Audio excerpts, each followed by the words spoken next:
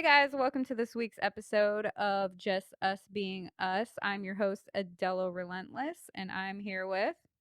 Hi, I am Kixx, and I am the mother who got dragged to Hot Topic by her two emo children. Hi, I am BugBee, and I am one of the emo children. And apparently, I'm still the normal one. Putting it loosely. I mean, it really depends on your definition of normal. I mean, you're normal in our group. That's true. Yeah. Compared to the two of you, I'm definitely very normal. Yeah. I'll admit that. In all reality, I really am the most tame out of the three of us. These two are on a whole different level that I cannot compete with, nor do I attempt to try. It's the ADHD, I swear. It is. It's gotta be. It's a whole different plane of existence. A special spicy. Yes. Okay, so this week's episode, guys, we are going to be talking about, as I'm sure you saw from the name, working for Vincent, Marco, and Emily, which means we are going to be talking about all of our mental struggles and pretty much how we deal with them on our day-to-day basis with our jobs, coming home from our jobs, and really just being able to cope with those scenarios and really sharing some funny stories along the way. So to give you guys a bit of information on this, I am a VP of marketing for a company here in Kansas City. So I work very much on the executive level of things where it's a lot of meetings, a lot of Excel sheets, a lot of PowerPoints. And as I keep saying, I'm so glad I went through 3 years of college in order to get my bachelor's degree in graphic design and live my life working in Excel sheets and PowerPoints. Don't get me wrong, I do love my job. It's fantastic, and it was always my career goal to be an executive of a company. So having hit that at the age that I'm at, which I'm 33 by the way, uh it's honestly a big life achievement for me. So it's definitely a blessing, but it's also a struggle sometimes. I can imagine it's extremely overwhelming. It definitely can be because you are responsible for a department. You're responsible for obviously reporting and budgets and Mm-hmm. things like that. It gets definitely very overwhelming sometimes. And when you work in a very fast paced environment like I do, it can be pretty scary. It's definitely very intimidating. So, but honestly, we'll go into some of that, and I think this will be a really fun conversation. Just kind of hearing some of the ridiculousness that goes on in my day. So it'll be good. Yeah. I work in my town, McPherson, Kansas. I work for an insurance company.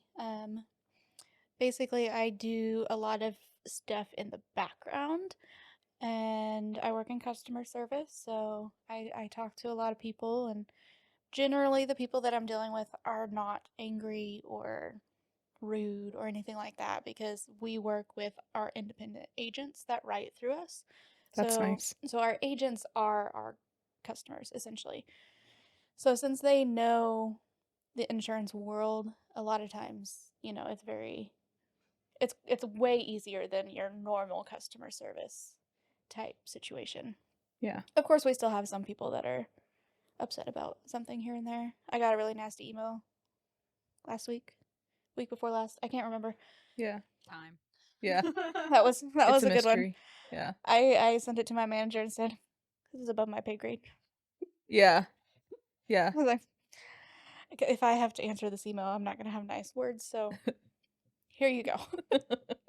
I don't blame you. So I did not respond to the email because I probably could have formulated a response, but I didn't have the willpower to actually do that. Yeah. So, but yeah, I do a lot of customer service background work. We have our own system that we use. Compass sometimes. I know. Compass is the system that we use. Excel. I feel like Excel is very common in most jobs. Like, honestly, Well, if you work, you probably used Excel at some point. Maybe not to the extent that I do, but yeah, I mean, we have. What is it? Okay, so it's like Google Sheets. That's what it is. I use Google Sheets too. Honestly, I prefer Google Sheets over Excel. I don't know why, and I don't know, maybe it's just the look of Excel versus Google Sheets. I very much prefer to use Google Sheets. Does the same functions. It's just Google. Yeah, that and like I said, I think the layout and just the overall user friendliness of Google Sheets, I feel really works with my creative brain. Yeah, 'Cause I could see Excel that. really makes me feel like I should be an accountant. Like, Yeah. That's fair. But I really like working in spreadsheets of some sort. yeah, you have the brain for that. I do not. I don't know. I like to get them organized and put all the formulas in. And if it's over this amount, it's this color. If it's under that amount, it's this color. Every other line is this color and this color, so that way it's easy to see with your eyes. All of these add up. These are percentages. This these ones make a graph. It's very satisfying Yeah. to make things look pretty. I mean, That is you're not nice. wrong. Hence why I do not work well in Excel sheets and Yeah. PowerPoints because I'm just like, oh my gosh, this is so not where I want it to be. Yeah, it's very frustrating. Kix, you want to tell people about your job? So I won't go into specifics about my current job because I do work in a government position. But in the past, I did work in customer service, and I will talk about my past experience in customer service and kind of how that shaped me into who I am today, and how that was a struggle with ADHD and working in customer service. But now I am finally getting to where I want to be. I'm majoring in political science, so I finally get to work with that. Um, I currently have a really big project on my hands right now that I feel like I don't know how I was qualified for it, but here I am, and I just am currently getting over the imposter syndrome of it all. And that's where I am. So, in case you all are wondering, she's a spy. That's what I was gonna say. I refuse to tell people about my job, And but this she's is working kind of on what a I really do. big project. Yeah. I wish I could be that awesome. So, if you guys see some crazy stuff happening, we know who was the cause. If you see red hair, no, you didn't. I was not there. You don't know. That's the point where she's like, "No, my hair should have been purple at that moment." Yeah. Nope, not This is a purple. wig. Purple wasn't there either. You definitely can't go with the colors purple or green because at that Yeah. point you're just like, "No, it wasn't us." Yeah. Your alibi can be a blonde or brunette. Yeah. Yeah. I pull it off. Yeah. You Yeah. could. Yeah. You, Well, you I really mean, when could, I though. did meet you, you had purple hair. Yes, I did. So, I mean, it would work. That's fair. Sorry. That's okay. You were not the only purple-headed friend I've met. She was first. That's fine. Okay, the multiple colors is how I cope. I've That's been fair. bouncing between pink and purple. Yeah. So I wish I could say I've been bouncing between colors. I just do the green, but I don't know what voodoo magic my hairstylist did with my hair. So, for those of you guys that are just on the podcast only, I have black hair with green highlights in them, but for whatever reason, when my hair starts to fade, normally when you dye it a green, it goes into this nasty kind of looks Swampy. like it belongs Yeah. in a handkerchief, kind of yellowish Yeah. green. My stylist somehow magically avoided that, and my hair fades to this kind of like bluish green color. And so right now, because I haven't gotten it touched up in a while, it's currently the bluish green colors. So as much as I would love to say I flip flop between colors, this is not intentional, even though Yeah. it looks intentional. Yeah. I mean, my stylist is just that good at her job. Yeah. It really does fade really, really. It badly. does. It fades really well, which also kind of helps me avoid having to go in so often because I'm like, I can get away with it. It's just my personal preference of me not wanting the blue. Yeah. Well, and the nice thing, we all work in a place where we have some sort of creative freedom Yes. with our hair. Yes. Yeah, which I was Because- not expecting. Yeah. Mhm. Because my prior job, I did not have that. It was supposed to be all neutral to an extent. Yeah. Like you could have highlights, but they needed to be Just normal, like blonde or, putting like some red tones in there, but not, 90s streaky highlights. Yes. But you know what I mean. That is Yeah. actually a very common misconception with like, especially my position being an executive. You would think, oh, you can't have your tattoos, you can't have the green hair. No, my work's all for it. They're very much be who you want to be. Obviously dress decent when you go to Right. work, but Yeah. it's. I can show my tattoos. I can have the green hair. They don't mind at all, and Yeah. they're very supportive of it. When I and- started where I did, I was expecting to not be allowed to, have the bright red hair, and I went and bought clothes that would cover my tattoos, and then I was sitting there sweating because I started in the middle of summer and I was wearing a sweater, and I'm like, I am dying. Mhm. So I asked my boss, "Do you care if I show my tattoos?" And he's like, "No. Yeah. No, that's Not at fine. all. Please, like you can show your tattoos." But previously, I worked at a hospital and my hair was mostly red with just a hint of purple in it, and someone reported me to HR for it. Yeah. And I had to go and sit down and talk to them. Funny enough, one of the members of HR had the same hair color that I did, but I quit 2 weeks later. It's I kind was of so funny. frustrated. Bye. On that point, though, it is kind of funny with most jobs that a lot of the times, especially, back in the day and things like that, tattoos and colored hair weren't very widely accepted. Yeah. And I feel like nowadays, especially in a lot of creative jobs like mine with marketing and graphic design and things like that, it's very common now that you would have a very hard time trying to find somebody in my field of career that doesn't have Oh, some sort of absolutely. Yeah, tat and just or this generation in yeah, Yeah. general. Yeah. exactly. And it's funny because I remember when I interviewed for this job. So when I first interviewed for the company I work for now, I actually started as their graphic designer, and then 3 years later I wound up becoming their VP of marketing, which is where I'm at now. And it's really funny because when I interviewed with this company, I straight out asked them, I was like, if I do get offered this position, I, full disclosure, have a couple tattoos. Do I need to be wearing clothes that hide that? What is the dress code around here? And they were like, oh, we don't care if you have tattoos. They were like, just, wear what you want, be comfortable, that kind of thing. And I was Yeah. like, oh, I'm going to get along at this place great. Yeah. It's just, yeah, and then as like the company developed, because obviously we went through a couple leadership changes as the company grew and became bigger, I I eventually had to then go talk to the HR director that then got put into the company because we actually previous to that didn't really have an HR department.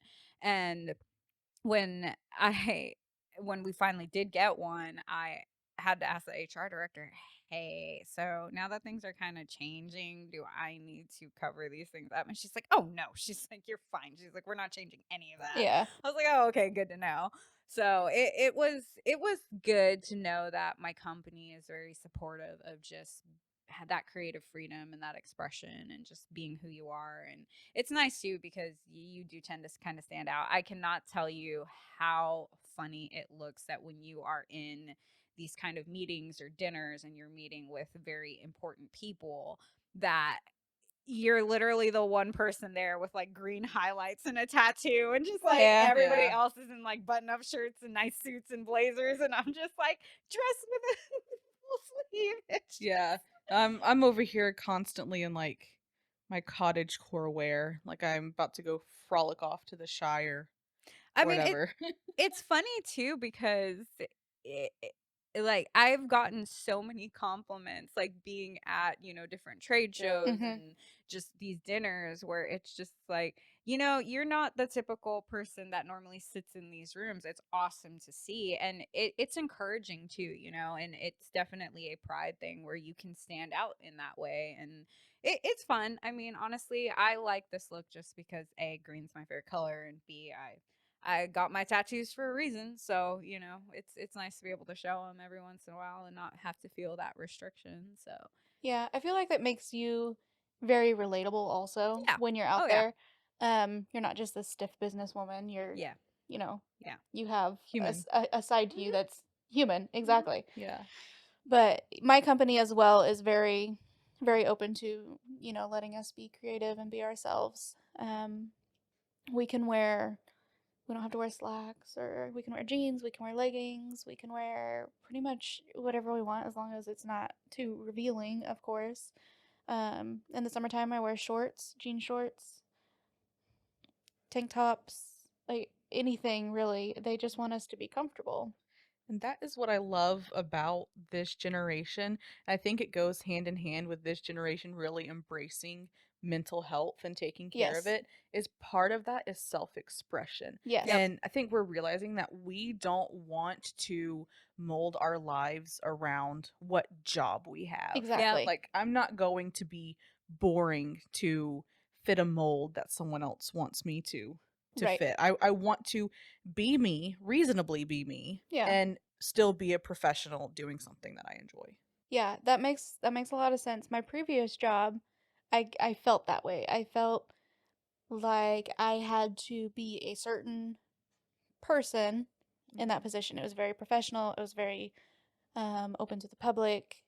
I had to wear slacks or dresses, heels, dress shoes, nothing open toe. If it was open toe, it needed to be like a dress type open Mhm. toe, nothing between the toes. Like it was very very dressy and could not show tattoos. Mm.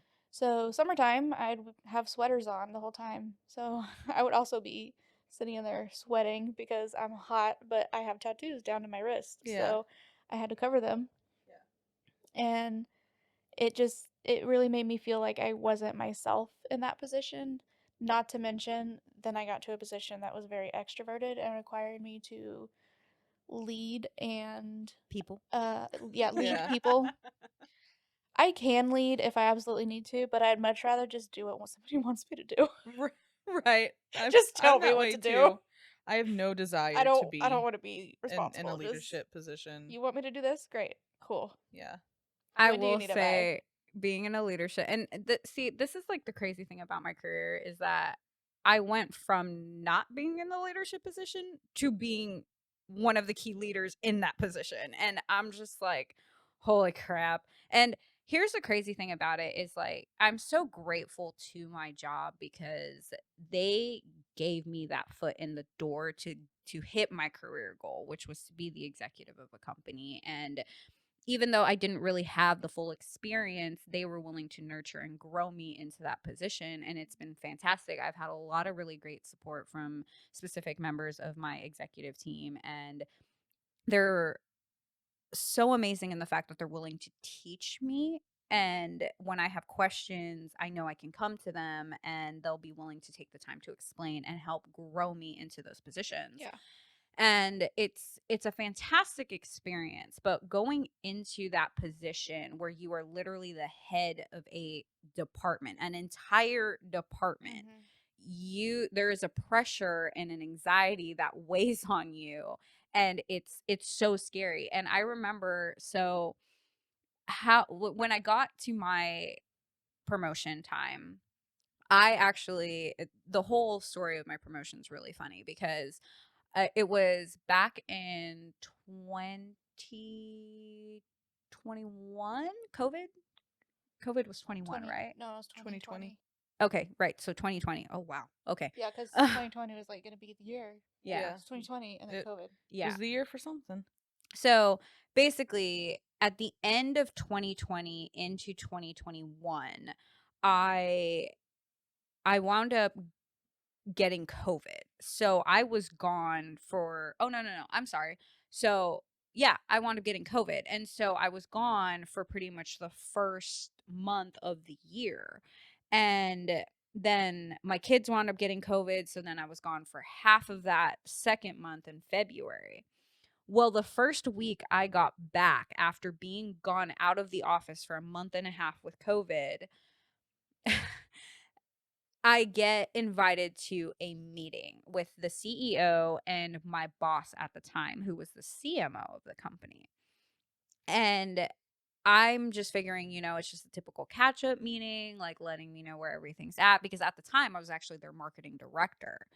And so I go into that meeting. I go ahead and give just kind of a rough update of like what I've caught up on since I've been there. And then the CEO and the CMO are sitting there and they look at me and they go, okay, so just to let you know, we have some news for you. And I'm sitting there, okay, thinking can't be that bad.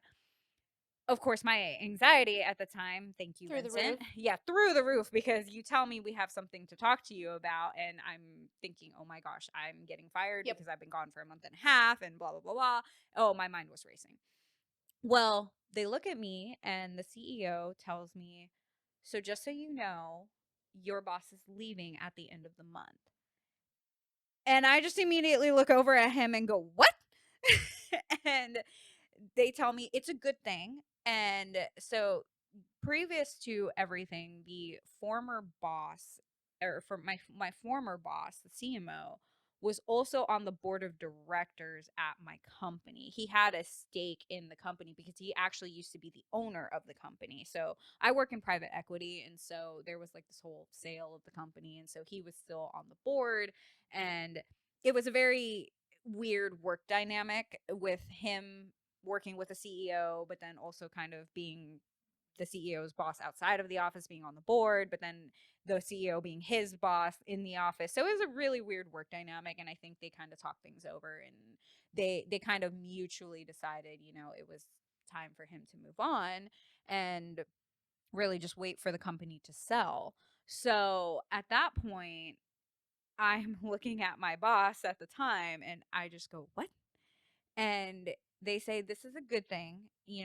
We feel, and my boss then kind of explained to me, we realize, it's time for me to move on. I've got some other ventures that I'm kind of looking into right now, and I feel like it's my time to leave. And so I go, okay. And immediately Vincent's just full force Oh yeah. in the room, just completely taken over that meeting, of me just freaking out in my head. At the same time, trying to stay calm because I'm in a meeting with my CEO and my boss. So I'm sitting there and I'm like, okay, trying to process this information as much as I can.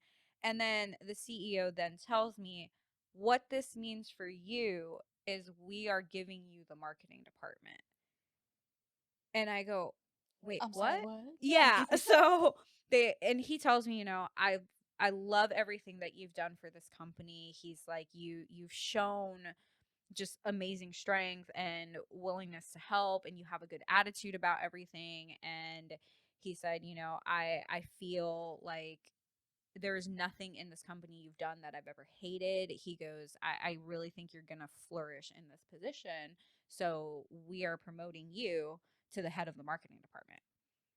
And I about cried in that meeting because it was one of the best best news I could ever get, especially after being gone a month and a half. And they're looking at me like, do you have any questions? And I kid you not, my one response was, I really need time to process this. And they were I just feel like like, that's valid though. yeah, it really was. And at the time I felt so unprofessional. Like I didn't know how to take it. And my anxiety was just all over the place because Yeah. it was also like excitement, not just negative. And so I had to digest this. And I said, let me kind of think this through, and I will get back to you and with my questions. Yeah. And so we leave the meeting. The very next day, my boss pulls me into his office, and I've had time to process this at this point. And he pulls me into his office, and he sits there and he apologizes to me for catching me off guard with that. And he tells me, he goes, I wanted to talk to you about it first because I know that that kind of thing kind of gives you a bit of like anxiety. And he's like, I know you get caught off guard by those things. And the one thing I loved about my old boss was that me and him had a very good relationship. We could argue, we could challenge each other, we could openly discuss things with one another, and it made me feel like I had a say in kind of what went on, even though I Yes. wasn't the boss. And it was a Yeah. lot of mutual respect for each other. And he knew I had anxiety. I was very open with him about it, and he was very supportive of it, always letting me kind of know and process and things like that. So he apologized to me the next day, and I told him, in terms of news, I'm not exactly upset about being caught off guard by that. I told him, I said, there are It's worse good things. news. Yeah, there are worse things I could have been caught off guard by. And he just tells me, I really think he's right. You are going to succeed in this position. And I told him, I said, I am so anxiety ridden about it because I have no experience in an executive level. I'm coming into this purely from director level. and I'm going to be taking on a whole lot more. I said, I'm so afraid I'm going to fail. And he looks at me and he goes, absolutely not. He goes, you are not going to fail. He says, you are going to thrive in this the way that you do in everything else. He said, Adella, I have watched you for the few years that you have worked here. He goes, and you have gone above and beyond every step of the way, every project you've been given. He goes, you have never once failed. And he goes, you are going to take this head on the exact same way. And he obviously gave me a little more advice on things and kind of showed me exactly what I needed to know reporting wise going in there. He really took his time and sat with me and made sure I felt comfortable before he left. I obviously still had access to him afterwards because we also are personal friends. And it was a really fantastic experience in transition. And so a couple weeks after, because he obviously had to make his exit and things like that, I eventually met with the CEO himself and we went over everything he wanted me to be responsible for. And it was definitely in full on anxiety when I was having that meeting with him because there were some tasks in there that I was really nervous about. But the really great thing about it that helped with my anxiety in that situation was I was able to tell my CEO specifically, I am worried about these things. I feel like this is where I'm going to need some help and some understanding and really just be taught some of this. And my CEO was very supportive about it. He was like, "Yeah, that's no problem, we'll definitely nurture you into that and just ask the questions like you always do." And he said, "Don't be afraid to come to me with anything that you want to know." And he was very supportive about it. So year goes by. I finally grow into that position. Obviously, not perfectly, but there's some things even now I'm still learning as an executive, and it's been a journey for sure. And it dealing with anxiety at that time was probably the worst I have ever had in my career because it was that situation where just kept hearing in my ear, you're going to fail at this, you're going to fail at this, and I had to physically mentally combat that every single day.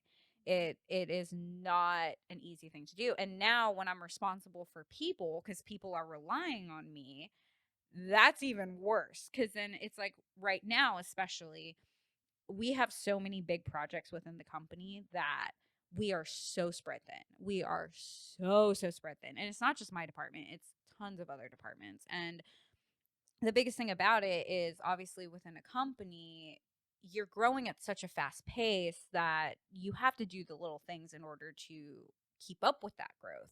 Well, the company grew so fast that now we're playing catch up with our growth. And it's obviously a good thing. It's a very good thing. But now, since we have all these projects in line, we're spread thin. My department specifically, because we're smaller. We're one of the smaller departments within the company, and having to field a lot of the stress for my team can be so mentally and emotionally taxing. Yeah. It's a lot. Oh yeah, for sure. Yeah, and there are days where I wake up and I'm like, I need an adultier adult. Yes. I know I'm supposed to be the adult in this situation, but I need somebody adultier than me. Yes.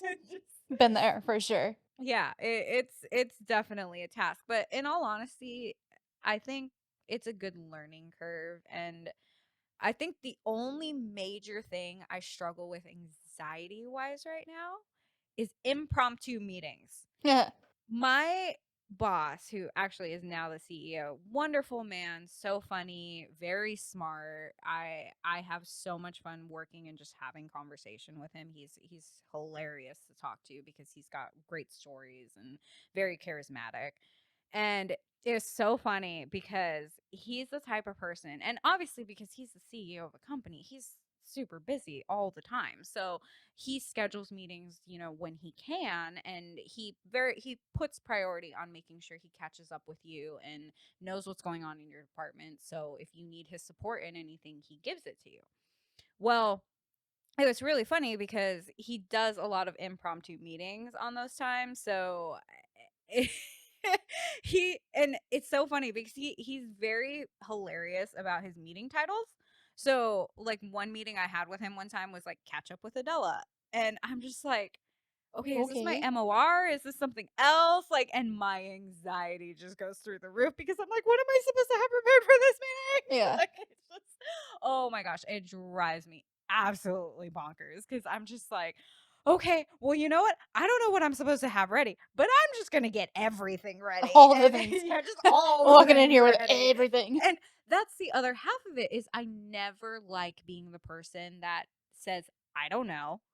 I hate that. Yeah. I hate that. So my one rule with my marketing team is if I ever have to answer I don't know to a status or a project update that we are responsible for, that's when y'all are going to get in trouble because I don't micromanage. I don't babysit my team. They're all adults. They're very capable people, extremely smart, well talented. And I don't feel like I need to micromanage them. So I just tell them, just update me on your projects, make sure I know what's going on. And as long as you do that, I'm fine. But if I ever have to answer, I don't know to something, we gonna fight. And it's so funny because now my team, knowing how I am, sometimes they over update me. And I'm just like, I'd rather have that than the alternative. And it's funny because whenever I go into those random catch up with Adela meetings or stuff like that, I'm literally in my team's office going, "Okay, tell me everything right now," and all of them are just like, All "Okay, right. when's your meeting?" Just like, and they have to kind of walk me back the situation. It's amazing, but I love them to death. They are such fantastic people. And honestly, if it wasn't for them, I probably would have quit my job out of stress a long time ago. Yeah, honestly, I don't want to be you. I don't know how I feel about that. In a professional way, I don't want to be you. I mean, the paycheck's nice. Fair. Although there are things I can say I do in my office that help kind of cope with my day-to-day stress. So I mean, bringing up our tiny little cups here that you guys can see on if you're watching the YouTube video, we have these fun little cups that we kind of try to theme with the episode. So this one specifically is actually one I got for my birthday from I believe you guys actually. Yeah. So it's a llama, and inside the little cup on the inner rim right here, it says "Cup of Happy." And I'm a very big tea person. I don't drink coffee. And you can only imagine how that goes with 8 a.m. meetings where I'm at work by 7:30 and I do not caffeinate. So how I get through my day, it's tea.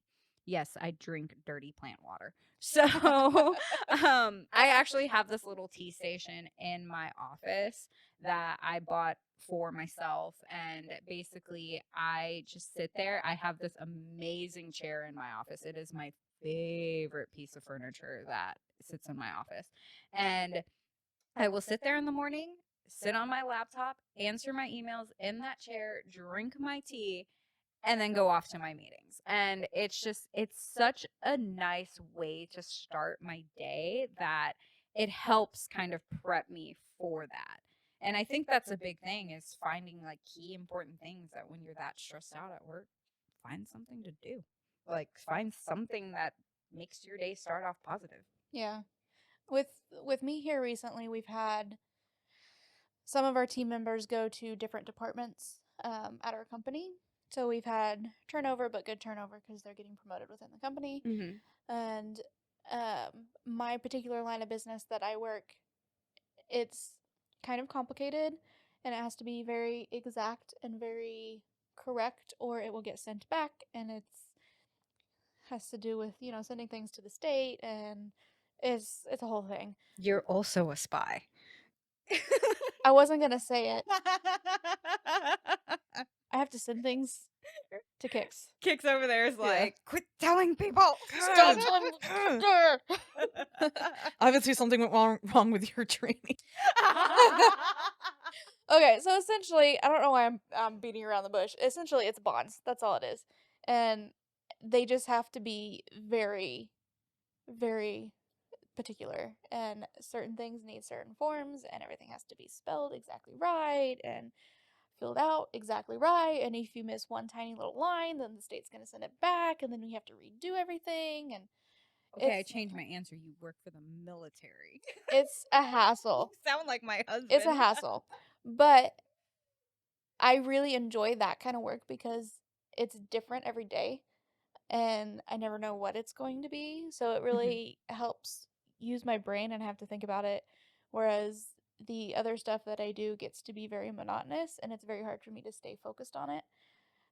Going into my ADHD, it's boring and oh, I struggle with some of those things. But with the bonds, there's only previously there was only 3 people that were working them and then 2 of them went to other departments. And so they brought me on and the other person that works spawns is training a lot of different people. She's just one of the main trainers, so she doesn't have a lot of time, which I completely understand and do not, you know, I'm okay picking up the extra work because she's doing way more other things. And where was I going with this? Oh Lord. This is my ADHD. I was gonna say you guys just saw her ADHD kick in live. When I tell you a story, I'm going to tell you like 3 sub stories inside of the story because you have to understand the background behind the Yes. story. Yes. We literally just talked about this Yeah, we did. earlier today. Yeah. Yeah. But anyway, bonds have to be very exact, and there's not very many of us that work on it. There's 4 of us that work on it now. Okay, Squirrel, we were talking about basically things that stress you out at work and how you cope with them. Okay, but it stresses me out because there's only 4 of us that work it. Yeah, that is a stressful situation. Yeah. I mean, That's where I was going. yeah, exactly. That's a very stressful situation for anybody. So now, how do you cope with it? I have this sounds crazy, but I have been taking hour-long lunch breaks. I mean, that's not really unheard of. If you're not taking a lunch break, No, you better okay. be leaving early. But previously I was always taking 30-minute lunch breaks. Oh, So it was run home, let the dog out, grab my food, go back to the office. Now I am forcing myself to take an hour lunch break, so I actually go home, let the dog out. Sometimes I read, sometimes I just lay in my bed and stare at the ceiling. You know, whatever I need to do to like yeah. release stress.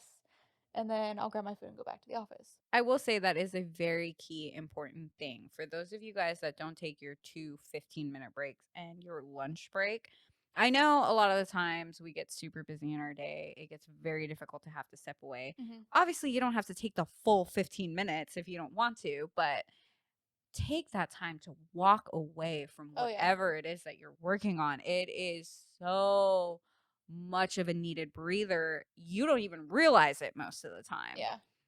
And I really think it's super important to make sure that you do take your lunch break, even if you have to cut it short, or, take those 15-minute breaks in between and just give yourself some time to breathe.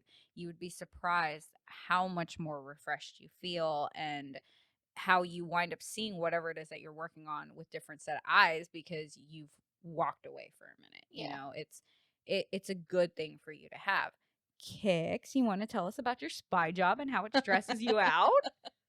Well, not the job in particular, but I think just working as a whole, I have no desire to do anything. You see how Okay. she dodged that spy question? I That was did. spy That was skills smooth. right there. That was totally spy also- skills right I there. also do not have motivation to do anything. I don't I don't care to be in a leadership position. I don't care to be like in the top of anything. I don't want any I don't want any responsibilities. I don't want anything. If I could spend the rest of my days sitting under a tree just reading a book, I'd be happy. I'd be Oh, yeah. beyond happy. Same. And I think that really stems from ADHD and shutting down. Mm-hmm. So, like, I know I've worked to be where I am. I have a lot of schooling under my belt. I've, put the work in to be handed these special projects that I am working on. But as soon as I start to get stressed out and start to feel the ADHD shutdown coming on, my immediate reaction is to run. Yeah. I have quit jobs before out of fear of it becoming overwhelming and I shut down and I quit and I run. Yeah. And that is my instinct because this world is not very kind to people who function differently. Yes. True. This society is built on your worth being what you can contribute in the workforce. Mhm. And for someone who might need to take some time and process things a little bit differently, or I wait until I am so close to the deadline that a panic sets in and I push out the best work I've ever done in my Hey, life. that's me. And a lot of people don't think too kindly on that. They think that you need to work the traditional sense. You need to come in, you need to work these times. We are not going to bend for you because your mind works a little bit differently. Yeah. Mhm. And I think that is where my mindset comes from is I don't want to do that. I want to be happy. Yeah. I don't care about being special. I want to be happy. Yeah. I that makes so much sense. You said, about running. Uh-huh. And for those of you that tuned into the last episode, I kind of talked about my whole depression story Uh-huh. of how I found out, I had depression. And I was so overwhelmed at work. What was I doing? Running. Mhm. Running from life. Yeah. The number of times I've wanted to just run away is insane because I'm so overwhelmed. I don't know Yeah. how to deal with it. Your And panic I just response want to sets in, your run. fight or flight Yeah. sets in. I flight. That's I what I do. apparently I also flight. Yeah. I've never made that connection. My brain's kind of blown. Honestly, for me, it's very situational because depending on whether I get mad at the situation, I'm fight it. But if it's just feeling like if it's defeating, I flight. But my kind of flight is I want to go home, curl up in my bed, and never leave. Like I just I shut down. And this is so if you guys listen to the first episode of this podcast, we talked about my anxiety and my depression, which are the two major things I suffer from when it comes to mental health. And obviously with a touch of OCD in there, but that's a whole different topic we'll get to a different day. Um but honestly, when it comes to feeling like I'm failing, that is my flight. I do not do well in those scenarios. So a lot of the times criticism at work or somebody who I view or I respect or I admire gives me a harsher criticism than normal, which it's never bad criticism. It's always constructive criticism. Mhm. But depending on how I already started out my day, sometimes that criticism hits me harder than I should let it. And those days, oh man, I feel so defeated and I just want to crawl back into bed and just not try again tomorrow. Like I just want to stay in my bed. Like don't get me wrong, I don't get to the point where I have very dark and negative thoughts. It's more of I just want to hide. I want to Yeah. hide away from the world. And because I feel like I feel like a failure. I totally agree with that point that it can be such a fight or flight response. And even when you're dealing with anxiety and depression versus ADHD, you still experience that. And it's such a difficult feeling to overcome. I can't even stress that enough. If any of you can picture in your mind those like fairy tale book drawings of woodland creatures living in their tree homes and they're like baking pies at an oven, that is the life I want for myself. Yes. Oh yeah. That's all I want. Yeah. Yeah, And I just want to go to some fantasy land and yes, not live on this earth. I don't want to do taxes. I Me mean, either. in all fairness, I don't think anybody really ever wants to do Yeah. taxes. I don't think that's a fair comparison. Yeah, like I don't want to be here to do this. I want to live my little happy life. So how Oh, we are I piecing this together. She is a spy that does taxes. do taxes. Oh my goodness. We're gonna figure out No, what she my does husband before does too the long. taxes in the By house. the end of this episode, we will We're know what kind we're of gonna know spy what she she is. does. Currently, she does taxes. But I've come to accept that I need to work. It's just the way it's the way of the world. It's the way that things are. So I've basically come up with a mantra that I tell myself is it sounds so cheesy, but I deserve to be where I am I am worthy of being where I am. And when I come out on the other end of what is stressing me out, I'm going to be so proud of what I did. And Oh, I I just love that. Oh, feel that's so proud of sweet. that. I I love that love the so fact that much. you love yourself like that. That's Only good. sometime. I'm gonna have to come up with something like that to somehow motivate me through things because a big struggle I have at work is I will either do everything for the entire week on Monday and Tuesday, or I will do nothing until Friday and do Yes. everything on Friday. And like I don't even know what I'm doing the entire hour. I'm there on my computer I know. doing something, but I'm not being productive at all. It is so hard because like I said, this current project that I'm working on, I sit down and I'm like, I have it up on my computer. And then somehow coming out of this haze 2 hours later, I'm like, I was just on my phone that whole time.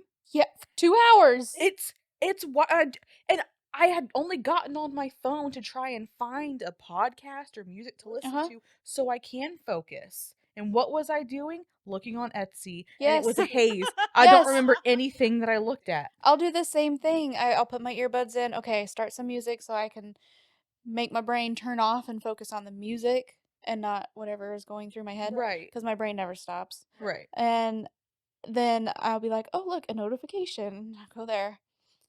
And then I'll just start scrolling through Facebook and then I'll get another notification. Okay, go over here. And then it's been 2 What are hours. the roads in Finland named? Let me take a look. Yes. Or it's I'm working on something and I will think, "Oh, I remember I need to put this in my Amazon cart, whatever it is, for my daughter." And then I grab my phone to go and do it and there's notifications. So I go to notifications and I'm like, "Why did I grab my phone in the first place?" But don't you feel strangely productive after doing all that? Like obviously you got something done that you needed to get done. Just not work related. Right. But you know what? We deserve a little treat anyways cuz we got something done. The crazy thing is I always get my work done. Yeah. I don't know if that's very Same. crazy. I do my I job. was Yeah. gonna say, I hope you get your work No, done. I Like always I get my do work my done. job. But I save it until the last minute and I bust out my best work. Exactly. Oh my gosh. Exactly. Just this last week I sent you guys my to-do list. I'm like, I have to have this done by the end of the day Friday. And Yeah. it was a lot. Yeah. I got it done. Yeah, like I will always get it done, but not in the traditional way. I knew I had to do all of that this week. Did I do any of it Monday, Tuesday, and Wednesday? No. No. No. See, that's like I the did total not. opposite of me though, is that with my anxiety, I'm like, no, this needs to be done right now. But okay, so my anxiety though works very differently than, and I'm not sure if other people with anxiety, and feel free to leave information on the comments if you're comfortable enough about this, but with my anxiety, I'm very weird about it. So let's say, for instance, I have a project that needs to be done. I am so stressed about that project. It needs to be done right now. But I will then work on other projects that have nothing to do with that project because I know I can't get that project done right now because there are other departments involved or there are things that have to be created for it or it's going to take some time. Yeah. So, in order to get over my anxiety on that project, I work on another project that has nothing to do with that project and I ignore that project. And then all of a sudden, when I'm done with the other project I work on, I feel like I finished my project. And then I go back to the other project because I'm more calm about it. And it's this weird sense of accomplishment that I got, even though it had nothing to do with that project. Yeah. And it's so funny because then by the time I return to the actual project that I need to finish, I feel better about it, even though I didn't do any work on it at all. And it's so funny because it calms my anxiety in a weird way. Like, I do that with my house. So at the time, we had the fence being redone, Oh, my you did. shower was getting You had redone. so many projects Yeah. happening And all then, at once. yeah, we were painting something, I think, or readjust. we were getting the garage done, something like that. And basically, I was starting to stress out because we were waiting for the lumber for the fence. My husband was waiting for his dad to come down so he can kind of show him some like drywalling and mudding stuff and things like that. And so both those projects technically were on hold. It's not that they weren't getting done, it was just they were we were waiting on things. But to me, when I see those things, I feel like it's not getting done. So then I start freaking out, thinking that, oh my gosh, these projects aren't getting done. I need them done right now in order to feel better. So, what do I do in order to make myself feel better about those projects? I organize my pantry. Start more projects. Yeah, I organize my pantry. I order a bunch of stuff on Amazon and organize my pantry. And literally by the end of that, I'm like, well, I feel better. Like, just like, yeah, it makes no sense. It has nothing to do with the actual things I'm stressed about that I need done right now. But yeah, I feel better. It makes zero sense, but it does in My my head. trick is to come up with a plan. If I am stressed about something I need to get done, I will come up with a plan. Will I enact on it right away? No. Absolutely not. That is the best part. Like, I love planning trips. Planning is the fun of it Oh, because yeah. I feel the endorphin rush just from planning it. I don't ever actually want to do it. I just want to plan it. Oh my gosh, wasn't it you and me that talked, because I can't remember if I talked to her about it, but wasn't it you and me that talked about how when we go to a restaurant, we have to look at the menu ahead of time, Oh, and by yeah. the time we Yeah. get there, we already know what we want Yeah, to get. because that is the fun of it. I have to plan it. It's not as fun as actually putting it into motion. Yeah. I love planning it. I love the idea of doing stuff, but actually doing it, no. Yeah, You stop at physically moving. Right. I am absolutely obsessed with my planner. Yeah. And I spend hours and hours a week on my Same. planner. And it is so pretty. And everyone's like, "You're so organized. Look at that. I really put up need a to good get front." myself organized." I'm like, "I bet your brain's more organized than mine." Yeah. I know. I Like, look organized, but I promise you I'm not. it was so honestly endearing, your guys' advice. Like, just start a planner. You'll be fine. No, I couldn't even sit down to plan doing my planner. Oh my gosh, that is hilarious. Yeah, no, I Versus I'm over here planning my planner for next year. but then you actually follow your planner. I do follow my I planner. don't. I plan everything out on my planner and then it just sits in my bag usually, except for my to-do list.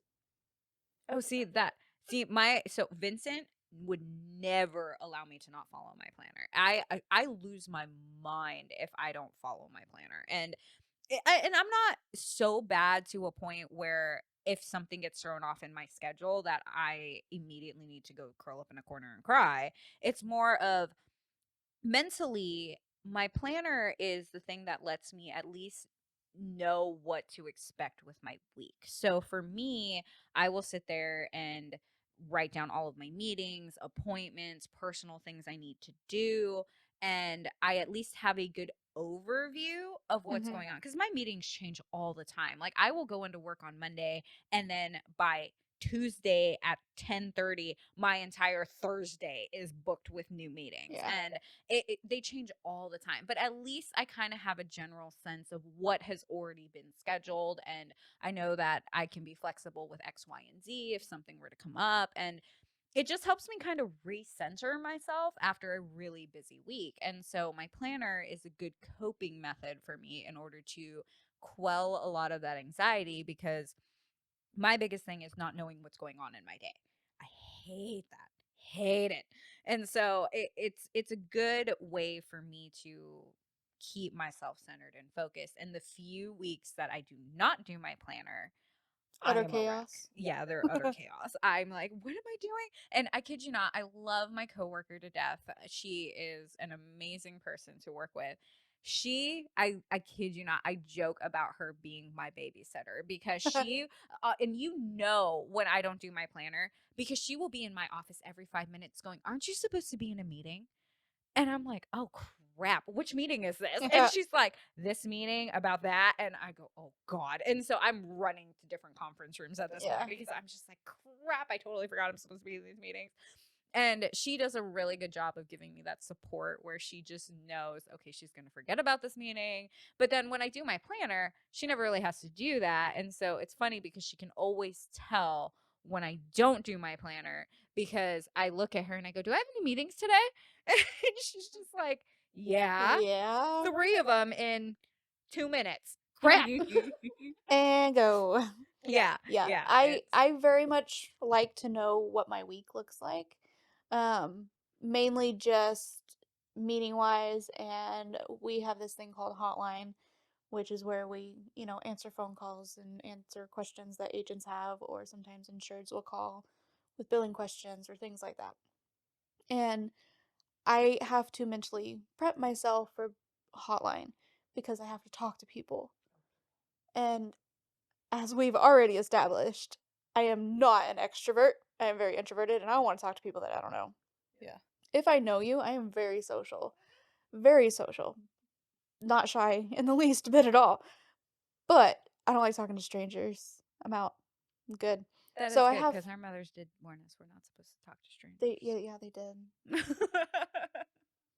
Apparently it stuck in my head. Well, it's kind of fun. I have to admit, it's a bit ironic that as children, they're like, don't talk to strangers.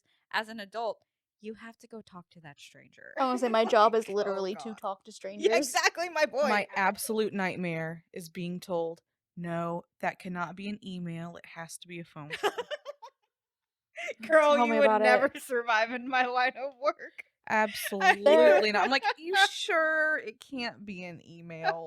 There are times that in my job we have to request personal information just because the nature of it's insurance. Sometimes we need your personal information. Yeah. Oh, and people freak out. And so it, my managers will be like, we have to get that information over the phone. Da da da da. I'm like, I'm not going to call this person and be like, hey, I need your social.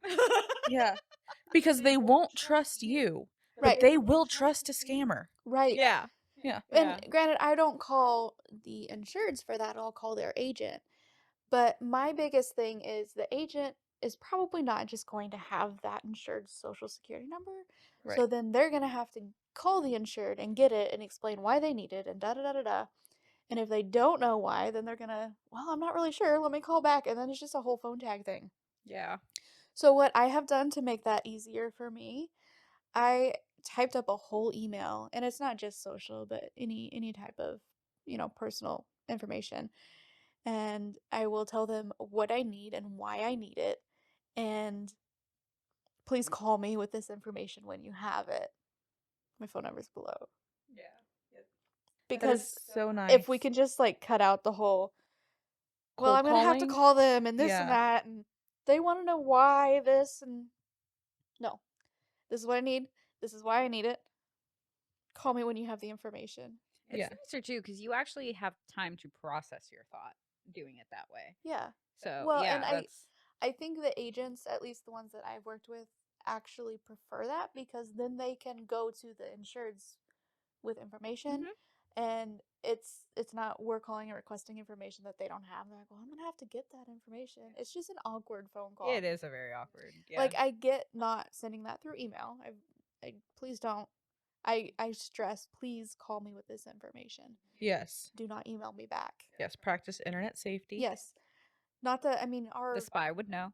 our systems are pretty protected, but still, you never know what's gonna happen. Please, our systems are protected. Are your systems protected? It's Right. gonna be in your They're email. probably not going to send it. Yeah. So it. Please call me with this information. Yes. But yeah, it definitely makes it a lot easier if I can just email them first and Yes. The not best call. thing that has happened to me as my current position is like a generous step back from the customer service that I used to do. So at my first job, I worked at a flooring store. I've worked in a hospital in billing. I don't recommend. Oh, terrible Oh, idea. Oh, God. that is a terrible idea. Yeah. Any type of medical billing, I'm out. Yes. Oh my gosh. The No. people that work in that department are godsends because the amount of patience you have to have in that line of work, I have so much respect for those people. I kid you not. I am one of those people that I'm like, I know how difficult your job is. I'm just going to call you and ask questions politely because Many it is people what it is. don't. And Mhm. honestly, I never understand why people yell at customer service people. I really don't understand it because it's like they're the people that are supposed to be helping you with your problem. Yeah. And Right. you want to go and yell at them and disrespect them and treat them like crap. Yeah, good logic there, bud. I Yeah. mean, honestly, for me, I would rather just call and get the answers that I'm looking for and at least be a decent human being, Yeah. just, Yeah. hey, I just need to know about this and blah, blah, blah, blah, blah. Can you help me out with this? And you would be surprised how above and beyond people Oh, are willing to absolutely. go when you just treat Yes. them with a little kindness. It's not that hard. Yes, like, Yes. it was a rarity for people to be nice and say please and say thank you, Mhm. and I consider myself to be a pretty cheery person. Like, that's one thing that I'm known for is, like, constantly being upbeat and happy and just bringing up everyone around me. Like, Mhm. that Yeah. I take pride in that. When I worked in customer service, outside of work, I was such an angry person. Like, I Yes. don't think you guys would recognize me.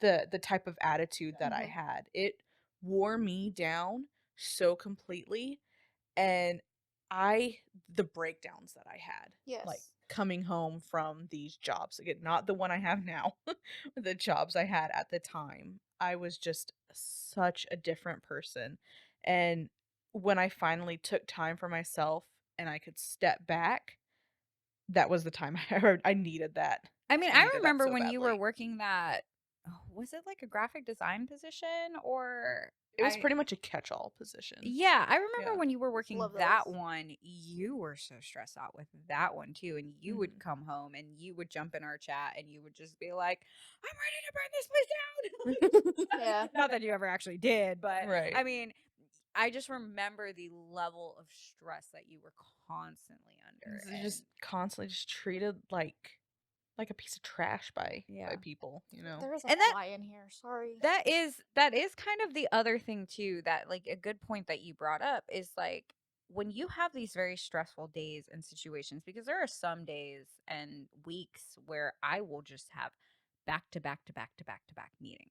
And I mean from 8 a.m. in the morning all the way until like 3 p.m. in the afternoon. There are times I don't even see my office. I see the inside of a conference room all day long. And it's it's kind of crazy because on those days where it's like high stress, constant movement, and just and Vincent filled, it's I come home and I'm just done. I'm done.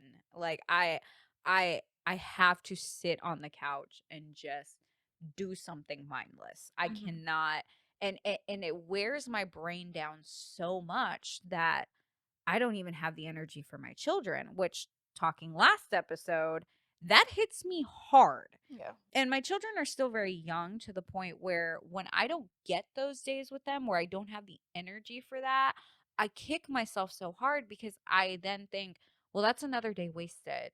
I'm never going to get that back. And Yeah. it hits me even harder. So it just drives home so badly that it really eats me up and I don't know how to process it. Yeah. So a lot of the times, and one way that I've solved this, especially coming home, because the reality is it's unavoidable and it's not enough of a stressor in my job to make me want to quit or leave my job. It's more, it's just something I have to deal with, especially being in my position. So what I've kind of done is that on those days, I let my husband know, hey, back to back meeting day. And he'll just be like, okay, let's just hang out as a family tonight, watch a movie with the kids and just hang out, just nothing crazy. I don't have to break out board games. I don't have to play tag. I don't have to, just simple family time. And it's fantastic. I mean, at that point it helps me because then I feel like I still get the time with my kids even though we're just sitting down and watching a movie. I get cuddles with them, we snack, we watch whatever they want to watch and we just hang out. And those days are so important to me because then it still feels like I get something with them, It's not just me sitting on the couch staring at the ceiling going, "Oh my gosh, I have to do this all over again tomorrow." It's me still interacting with my kids because they'll still ask me questions during the movies, and things like that. And I can still have conversation with them that I can mentally handle in the moment, Yeah. So it's really good. And that's been a really great way for me to solve that kind of stressor. And then on the weekends, Saturday is our lazy day. We do not do any kind of major chores or activities on a Saturday. I Mhm. know technically that's the better day to do those things because then you rest up on Sunday before you go. But the reality is, I just need that break in between the responsibilities. So Saturdays, nope, pure hangout days. Will not will not do anything major on a Saturday. I'll hang out with friends on a Saturday, but if you're asking me to do a load of laundry, the dishes, clean my kitchen, etc., Not not happening. gonna happen. Yeah. I'm like, nope, nope. I do 2 loads of laundry a week, one on Wednesdays, which is mine and my husband's, and then one on Fridays, which is my children, and then I will fold everything on Sunday. I'm just like that. That's literally how I do it because I need that separation in that time. And when you work full time and then have to come home and worry about your house, I need that schedule. It's just no. Mm-mm. I just wait until I have no clothes left to wear and then I do my laundry. That totally explains your avalanche pile of laundry. Hey, it's not there. I got it done before I came here. I'm not saying that it's bad because obviously I've like whenever I've gone over to your house, there will just be like an avalanche of Yeah. clothing, and I'm just like, It's because how do you wind up going through like this much laundry in a week? Like, and No, that no, no, was no. that was the piece I was missing was like, It's because because I have so many clothes I can go like an entire month, if not 6 weeks, without doing laundry. yeah, and see, that's the biggest thing about it is like for me, my normal is I do laundry every week. And it's so funny because then she's like sending pictures in our group chat. I mean, you've seen them in Yeah. our group chat of this massive avalanche pile of laundry. And I'm just like, how do you go through that many clothes in a week? Like, how many times are you changing a day? Like, and all honesty, we've never even talked about it. Like, I Yeah. just wind up seeing all of these pictures and I'm like, God dang, girl. Like, Yeah. how do you. There was one time I remember in particular I sent you guys a mountain of laundry Yep. that was on the couch and I was working on folding and I sat down and I was folding and then my daughter sat down on the other side and I'm like, "Where'd she go?" I lost my daughter in the mountain of clothes. And that was like the funny thing is that when you had that when you sent me that picture, that was the first time I thought about it. Where I Yeah. was like, how do you go through that many clothes in a week? Like I you're don't changing clothes more than the Milan fashion show. Like know. God, like I was just like, okay, but Honestly, it drives my husband crazy, but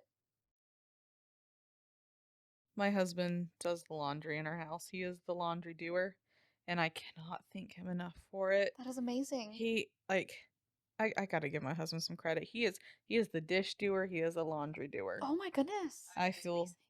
I feel very blessed. I also feel guilty sometimes because I come home with such good intentions from work. Because Right. I currently work part time. I'm furthering my education. I have a full time class load, and so I come home and I'm like, okay, I'm gonna sit down. I'm going to do the or not. I'm not gonna sit down. Scratch Oh that. yeah, that's right. Not I'm sitting not gonna down. sit down and I'm gonna I'm do gonna get something. rid of all the chairs in this house right now. gonna do dishes. I'm going to eat a nice lunch, and then I'm going to get some schoolwork done. No, I always end up taking a nap. And I feel so guilty because my husband will come through the door and he's like, "Oh, I see, we were taking a nap today." I'm like, "I know, I told myself I wasn't going to take a nap, but here we are, We are taking a taking a nap." nap. And he is so nonchalant about it. He'll just walk into the kitchen and he'll just start doing Start dishes. doing And I something. say, I feel so bad that I did not do that. And he's like, I don't mind. He's like, clearly you needed the rest. Yeah. I have the energy. I'll get it done. He is so amazing. But I'm the type of person where I don't plan time for myself, and it's it wears me down because I will truck on as long Mhm. as I can, but on top of work and school, my daughter has 3 dance classes a week. She has science club and she has 2 musical rehearsals per week. And I don't know how I keep all of it straight. She's a very busy lady. Yes. Yes. And eventually, I will just keep going until burnout hits me like a brick wall, and then Yeah. I am like a sobbing mess on the floor. I can't do any of this. Yeah.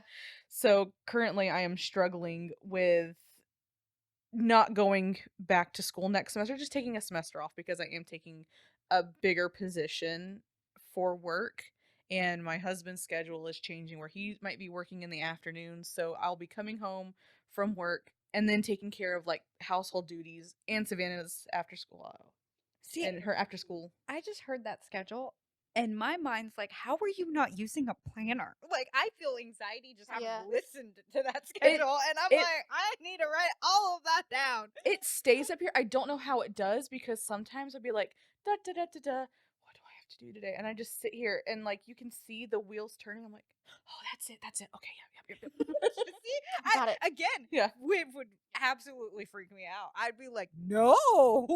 No, I couldn't do think that. it's because there are something when it doesn't involve me, when it involves like, like my kid doing something, that's fight mode. Oh, That's That's not fair. flight. That does make That's sense. fair. Yeah. Yeah. Like when my husband spent the year overseas, I was a lot stronger than I thought I ever could be. I You were in expected myself. survival mode at that point. Yes. That's what it is. Like I switch into survival mode. Like my biggest fear is being a bad mom. Oh yeah. That is my Oh yeah. absolute absolutely. biggest fear. 100%. Yes. So Completely I agree. will burn myself out and beyond to ensure that I am never what I would consider myself to be a bad Yeah. mom. And that's exactly what I was talking about in our first episode when I had mentioned that whole I will burn my candle on both ends until Yeah. I just break down and cry. I'm exactly like you on that point. And it's not the healthiest thing. I do not recommend it. But it's hard to identify It when really it's is. happening. Yeah, Yes. it really is. And it's funny because that is one of the things I'm working with my therapist on is to try to recognize that Yeah. burnout starting to happen. And because to me, it's like I'm just getting things done Yeah. until finally I wake up one morning and I'm like, I don't want to get out of this bed. Yeah. Yes. Like Casey and I just had the conversation because here I am thinking, like, can you imagine what kind of, a strong woman I'd be if I did an 8 to 5, a full class load, and I'm doing all these extracurriculars for my daughter, and like here I am handling it all. And then he told me, he's like, you couldn't. No one could. Yeah. He's like, Absolutely not. because I was beating myself up with a decision to maybe not go back to school next semester, take the semester off. I was beating myself up. I was like, no, I have to get out on the other end. And he's like, no, you can take it easy so you don't burn yourself out. Yeah. Tis true. Yeah. It is true. That is the biggest thing. And honestly, I think that's a really important thing to talk about, especially with work being one of the main topics of this episode, Right. is that and I said this last episode, you need to take that time for yourself, no matter what it is. If that is 30 minutes a day, just sitting on the couch, petting your dog. Hi, Apollo. Thank you for joining us. Apollo needed nose scratches. Hope you had a good nap. I see you were working very hard over there. um but in all honesty, it's one of those things where that little moment in your day, for me lately, it's been my skincare routine at night. Like when I was Yeah. super stressed out, I kind of stopped doing it, and Yeah. my skin definitely hates me for it, but it's fine. But in all honesty, I give myself, so there's two things I do in my day, and hopefully this helps you guys kind of maybe look at things in a different way to help get you out of bed and, ending your day on a positive note.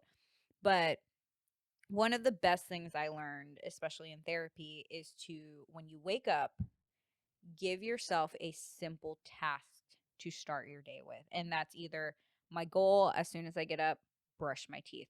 Forget getting dressed, forget having to get out the door, forget having to get kids ready. Something simple for yourself, whether that's turning on your coffee maker or brushing your teeth or getting yourself a glass of water. It's a sense of accomplishment you start out your day with. It is a little win, which is what you need in order to get going.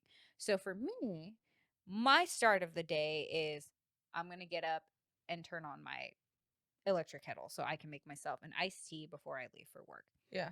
The make myself an iced tea before I leave for work is an afterthought, and I don't even make that as part of my goal. It's I'm going to get up, turn on my electric kettle. Yeah, because one That is thing my little win. with ADHD is breaking down everything into a step. Yeah. Because like you said, making iced tea, that might seem like one step, but whenever you like with ADHD, you break it down into every single little step that it Yes. possibly could be until it becomes this monumental, overwhelming task. Yes. Like dishes. One of the reasons why dishes is so hard for me because it's not doing dishes. It is opening the dishwasher. It is unloading the dishwasher. Yes. Every little thing. And then you gotta wash the dishes. And then you have to pay special attention to some of them. And then you gotta load it back up. And it's Yep. not just doing dishes. It is so many steps. And then you're just like, oh, well, that's a lot. I'm just gonna go sit down instead. Mhm. Yeah. Yeah, I completely understand that. Um, the to-do list that I sent you guys, Yeah. one of the reasons it was so long is because I had things broke out. A lot of the Yeah. things went together, Mhm. but I had like one of the things I needed to do was send training reports, but I didn't just put send training reports. It was on there, but then I put fill out training reports, release so and so on this, update the assignment chart. That's that's all send training reports, but it's one step of Yeah. each thing because ADHD. Yeah. Yeah. It's brutal. And But that's my big thing is like with me, with my anxiety and my depression, it's very hard for me to want to get myself out of bed in the morning. So for me, I have to give myself that one little win in order to start my day. And it's different for me every day. It really depends. It's not always turning on the electric kettle. Sometimes it's I just need to brush my teeth. My mouth feels disgusting. Like yeah. it's just it's any little thing I can do. Yeah. Oh, I'm And I won't actually gonna make myself breakfast this morning. yeah, You know, like like it's literally just any tiny little thing, and it has to be a singular thing. I can't do the whole turn on my electric kettle and make iced tea. No, Yeah. it's yeah. turn on the electric kettle, brush my teeth, put in my contacts. It's that simple little thing, and everything else follows. And you'd be very surprised how much that little win tends to affect your day because you're just like, I did something today, Yeah. and it's such a normal thing you should be doing anyways, but when that is your focus and that is your reason, it makes it feel more like a win, Yeah. which is what helps me with my day. I have to be productive. I touched on this last episode, and I had mentioned that during COVID, I got super depressed when I was just locked up in my house. Yeah. I'm one of those people, and the way my brain works and my depression is that I don't like feeling like I'm failing. So when COVID happened, I was furloughed for a certain amount of time, and I would just have to wake up and just Do nothing. do nothing. And it That is my drove dream. me absolutely insane. Absolutely insane because I needed to be productive with my day. I needed to feel like I was accomplishing something. And when I didn't get that, I got so depressed. So depressed. And it's funny because looking back on that now, you would think, well, yeah, that was a great time to spend with your kids and your husband. And, yeah, you're right. It was. But I also needed to make sure I was making life better for them. I needed to make sure I was doing more with my life. And it just, I don't know. It was such a depressing time. And so now, when I'm going through all of these things and just getting myself ready, it's literally that drives me so much to get a little win at the very beginning of my day. Sometimes it's, I'm just going to make the bed, it's something simple. But then to end my day, I specifically focus on doing something for me. And it has to be for me. Like my morning task, it can be anything. It can be, I'm just going to go tickle my kids awake, or, or whatever, it can be anything for anybody. The end of the day specifically has to be for me. Yeah. Either A, I'm going to be in bed by this time because I want to read a chapter of my book, or I want to sit there and scroll through ridiculous reels or whatever. I need something for me. Lately, it's been my skincare routine. And that's kind of like, okay, well, I'm going to hop off here because I'm going to go do my skincare routine. And after that, I'll decide what I want to do at that point. But there has to be a little thing for me at the end of the day. And it's great. I mean, it's changed my mindset a lot, and it's definitely something I focused more on ever since I started therapy. Yeah. And that's honestly how I kind of deal with a lot of the stress that gets brought home with me. The other really big thing is my drive home from work. I miss having it like a longer drive home from work. I have a 10-minute drive. It takes me about 5 minutes to get from the office to my house. Nice. It's barely one song. It's not long enough. There are days, and I kid you not, I'm definitely considered a crazy person for doing this. There are days I literally will take the route that has traffic because I'm just like, Then I it just takes need to sit in longer. my car. Huh? It takes longer. Yeah, because Yeah. at that point, I'm like, I just need to sit in my car and just listen to whatever the heck Yeah. I feel like listening to. You know, Yeah. I need to just have that time to myself before I get home. Perform It the best concert of my life. right, and Yes. it's a Belt good it out. way. Yes. It's a very good way for me to switch gears. That's the other half of it that's so important to me is it allows me to get out of work mode and get into mom mode. Yes. You know, or just home mode. It just really depends. And truthfully, that switch is so important. And it's funny because there are days where my husband calls me on my drive Oh, it's the home worst. and oh my god. Oh, Sorry. dear Lord. Sorry, Casey. God. It's the worst. So I wouldn't necessarily say that for my husband because like my husband, it's rare that he ever calls. So like I know those days like he just misses me. Like we haven't gotten to spend a lot of time together, you know. Yeah. And whenever he calls, I'm happy to talk to him, but I have to then at a certain point in my drive just go, "Hey, I need to unwind. Like can we just talk when I get home?" And he goes, "Oh yeah, sure, no problem," you know. And it's a good understanding that we have with each other. But yeah, it's so important to me that Yeah. I just get that time on my drive to myself and just be able to switch gears. When I don't get that, oh lordy. I come home and I'm just a grump. There Yeah. are times that I will take a loop around town and then go home. That way I can have like 11 minutes. Yeah. Get 2 Versus songs my in. drive over here is like 35 minutes. I don't live in a very big town, guys. Yeah. Yeah, I used to have like a half-hour drive. Now it is 10 minutes, but it's so funny because if Casey ever calls, I'm immediately, what? What do you want? And then he just answers right back, mocking me. He's like, what? You're like, you're not helping. Yeah. That's what I was trying to listen to music. I was putting on a concert. Yes. Yeah. And he gets it sometimes. It's not from a place of malice. It's just an instant like I was in the zone. Yes. Yeah. In the zone. Yeah. Coming home from work is probably one of the only times I'm in my vehicle by myself. Yeah. No kid in the back asking me a million questions. Yup. I can play the worst I can songs play I know. whatever songs I want to play, which granted we don't really shelter our kid from songs because she's gonna figure it out from somebody someday and we'd rather her just learn things from us in a way. At an appropriate age level for a 6-year-old, of course.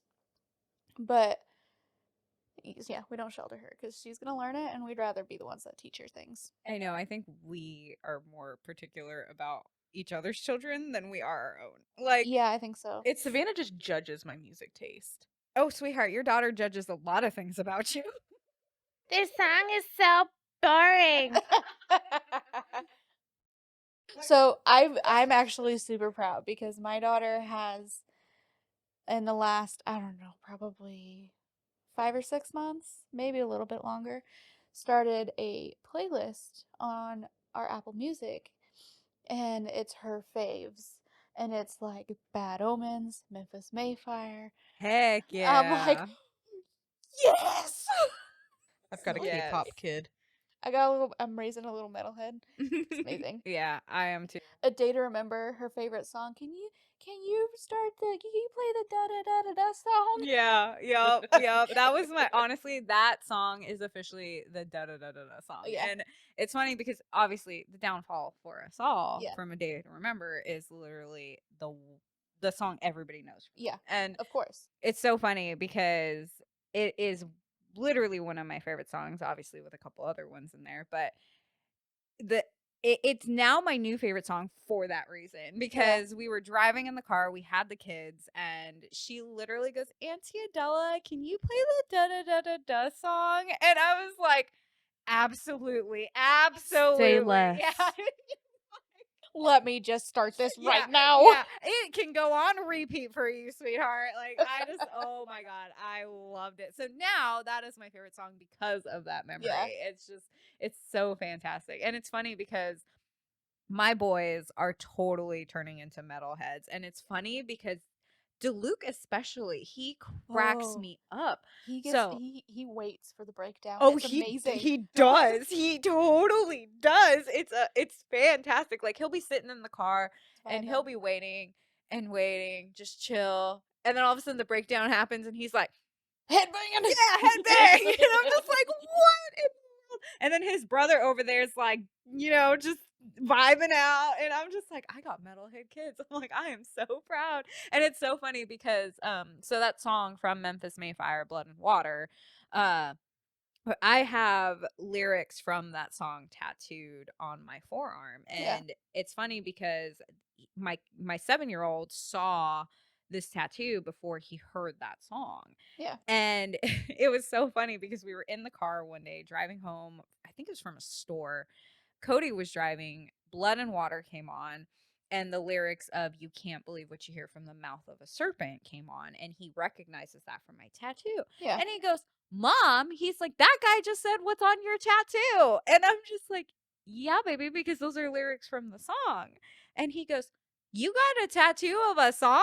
And I was like, yeah. Yes, I did. And he goes, oh, well, I really like this song. I'm like, yes. I'm like, Awesome.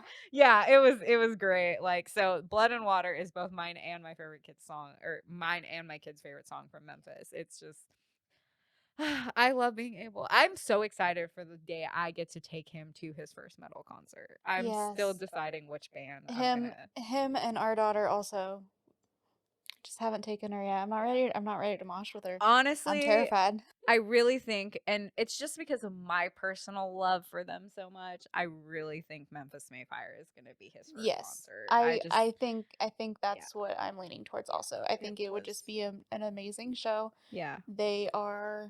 The band themselves are just amazing. Yeah. Every single one of them is an amazing person. Yeah. And the crowd, because they've been around for a longer period of time, It's a much more mature it's a more crowd, mature yeah. crowd, so they are more apt to realize that there are small children around Yeah. and not trample them. Right. Whereas you go to, one of the newer bands and the audience is just younger Mm-hmm. and they just don't have that same level of respect. Nothing Right. wrong with that. They're still growing up. I was the same way when I was their age. Yeah. It's just I would take them to either Memphis Mayfire or A Day to Remember, probably. Yeah. It was so even special. as much as I would love to take him to A Day to Remember, I'd still be, because it's not so much the crowd at that concert, it's more of the wildness that takes place at A Day to Remember, because That's fair. you have to remember we were at the concert where people were crowd surfing on top of crowd surfers. Yeah. So they were yeah, surfing versus like Memphis Mayfire, I feel like their performance always good, and not that A Day to Remember is bad, but it's just I have never been to a bad Memphis concert, and like I said, like you said, all of those guys are just beautiful, genuine people. Yes. And they're very family oriented. Mhm. And I just think like they'd be a really great first starting band. And I agree. I can't help it. I just also a little bit of selfishness. I just want to go see Memphis any chance I can. So Same. It was so Yeah. beyond special to take Savannah to see Stray Kids. Oh, I bet. It was that was her first concert, and oh my, just the look on her face when she saw her bias Felix speak on stage for the first time. Just the Yeah. oh That my video gosh. you have of her is She so is so cute. It's absolutely. Her eyes just light up. She's so excited. Yeah. And Kids' first concert experience is just it's so special. yeah, and now that I'm thinking about it, we actually took our daughter to a concert this last summer. We took her to Rockzilla, and it was Escape the Fate, Hollywood Undead. Hollywood Undead, Falling in Reverse, and Papa Roach. Nice. I'm like, I'm jealous of your first concert, but this one, it was different though because we were up in seats So when we actually take her to a Memphis, we'll be down in the pit. It's gonna be a whole That's different, gonna be a whole whole different different vibe. experience. Yeah. Yeah, my first concert was U2. My first concert was POD. I don't remember what my first concert was. Huh. I can't really recall. They must have not been very good. Well, I don't know. To me, it's like you remember your first concert. I mean, I remember seeing a lot of country artists growing up because I know I grew up in Southwest Kansas, yeah. and there is a thing down there called Dodge City Days, and they have like fairly big country artists come and do performances there. And those were always the concerts that I went to because that's what was out there. Oh, But I makes can't sense. really like remember. I know I saw Jared Neiman there once. Um but yeah, I can't really remember exact people. So that I would say actually, music's another big good form of just unwinding after a long Oh, day. absolutely. Yeah. And honestly, working in the office, I'm one of the I have music going I 24/7. have can't work without music. I Yeah. can't work in silence. And My I'm worst lucky. nightmare is forgetting my headphones. Yes, but see, I'm lucky enough. So if you have a private office, you probably have a TV in your office, and so with us, either I have some kind of TV show in the background just as background noise, or I have music playing on my TV. And Yeah. so, and since I have a private office, I just play whatever I want, and as long as it doesn't disrupt other people. Play But Critical Role. yeah, and that's the thing is like I'll just kind of put on whatever and it's very therapeutic to my day. Yeah. What sucks is when I don't get to be in my office. It's just like, okay, I'm going to sit in this I have to meeting. pay attention now. Yeah. So, I mean, overall, I do think that's another really good coping method. I mean, and guys, for you listening in on this podcast, if you guys have any other suggestions or really cool ideas that you're comfortable enough sharing on just ways you unwind after a long day, please feel free to let us know. Share Yeah, those ideas absolutely. with us. And we would love to hear that community and really just sense of just what it is and give people other ideas, you know. And if you guys haven't seen yet, you know, join our Discord server. We love just building a community in a sense of just being able to go somewhere where you can talk and maybe even get advice from other people that are in similar situations. And obviously, do not discount this as or do not count this as your therapy. That is not the point of it. Of It course is not. just getting ideas from people that obviously you can relate to and hopefully make a few friends. Links are obviously in the description of all of our stuff. So feel free to join up and just feel free to share your ideas, whether that's on comments, on socials, or whatever. But we would love to hear what else you guys think of, you know, just different ways to unwind and relax after a long day of work, or even what you do during work. I mean, Yeah. I know people that do yoga or take laps around our gigantic warehouse. I'm one of them. I literally I will take know. my 15-minute break and I'll take a walk. And I My mean, my favorite thing has been going to my truck and reading that's a good thing. for my break. I go to the bathroom. Well, I mean, I do that. What? I You do that when shouldn't I need to. doing- yeah, you should Well, be doing that when you No, need but like, you know, those just like the I need a break. Oh, like the bathroom break where you're not actually Yeah. going to the bathroom. You're just Yeah. hiding in the bathroom. Yeah, Yeah. that's yeah. fair. Fair. That is fair. That's what I mean. I mean, I would still prefer her method and go hide in my car than the bathroom, but you know, whatever Yeah, I go whatever hide makes in you my truck. happy. Yeah. Bound where no one's gonna bother me. That is one thing I will say I definitely do not take for granted is like when I just need a break, I just close my office door. And I have a lock on my office door, so I could just lock it. But the other half of it too is I do have signs on my office door that I hang up and they're all really sarcastically funny. So whenever I have my office door closed, it's just because I just need a moment. But then my sign will say, "Come on in, I'm just hiding." Or the one that I have for my meetings, whenever I have to do virtual meetings in my office, is I'm either in a meeting or talking to myself. Best not to disturb. So it's the little catchy things like that. Like when I'm gone for the day, it literally says "gone for today." I'll try again tomorrow, or I'm out to lunch. If I'm not back by 5, I'm out to dinner also. So it's just like, you know, just funny little things around the day. And even those little signs make me happy because it's just like, I love it. It's just a little silliness in my day and it makes other people laugh. Like I've been told by so many of my coworkers that they're just like, we love your signs. They're so cute. Um, but yeah, it's a fun little thing. And mixing up those things in your day too, like just helps out a lot. So yeah, definitely guys, share with us some of your ideas and really what it is that you guys do to help cope with your days. We'd love to hear from you guys and really just see uh, what other methods are out there to help cope with some of this stuff, and definitely keep us updated on things that you like, what you want to hear us talk about. We would love to get some ideas from you all and just see what else we can kind of talk about and discuss and hopefully make you feel better about whatever you've got going on. So join us next week on our next podcast. We are talking about, what are we talking about? I can't remember. I think it's ADHD. Oh, that's right. That's going to be a fun one. Or is that 4? I mean, it can be 3. I honestly don't remember.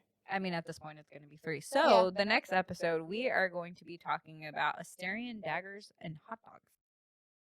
ADHD. ADHD. Yes. Granted, I mean, we've talked about ADHD in every episode, but that's going to be But this one's a definitely deep going to be dive. focused on that, Yeah. which I won't. I will have some stuff to contribute, but you two, That's going to be a BugBee and Kixx. Yeah, for Yes. sure. For Yes. sure. And the crazy thing is, I am fairly newly diagnosed to ADHD, within a couple of weeks, even. I'm not going to lie. I feel like after listening to that show, I'm going to be like, oh, I do that. By the end of that show, I'm going to be self-diagnosed with ADHD. Like, oh, maybe I have it.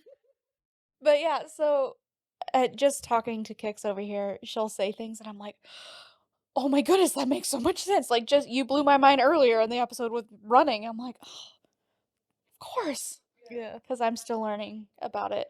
Yeah. So Gotta love it. It's a lot to learn. it's going to be a Kixx show and a BugBee going, same. The whole time. It's gonna be makes so much sense. It's gonna be Kixx dropping logic, BugBee over here getting her mind blown, and me going, "Oh, I wonder if I have ADHD now." Yeah. Yeah. So yeah, well, hopefully, guys, you enjoyed this episode. Let us know in the comments or Discord or wherever you prefer to communicate with us. Drop us a like on Instagram, all that fun stuff, and hopefully, we will get to hear more of like what you guys think and experience and whatever else and all that fun stuff. But like I said, join us next Friday on our next episode, and we look forward to hearing from you guys and getting to chat with you again. So just remember, You are always loved. You are not alone. and this is just us being us.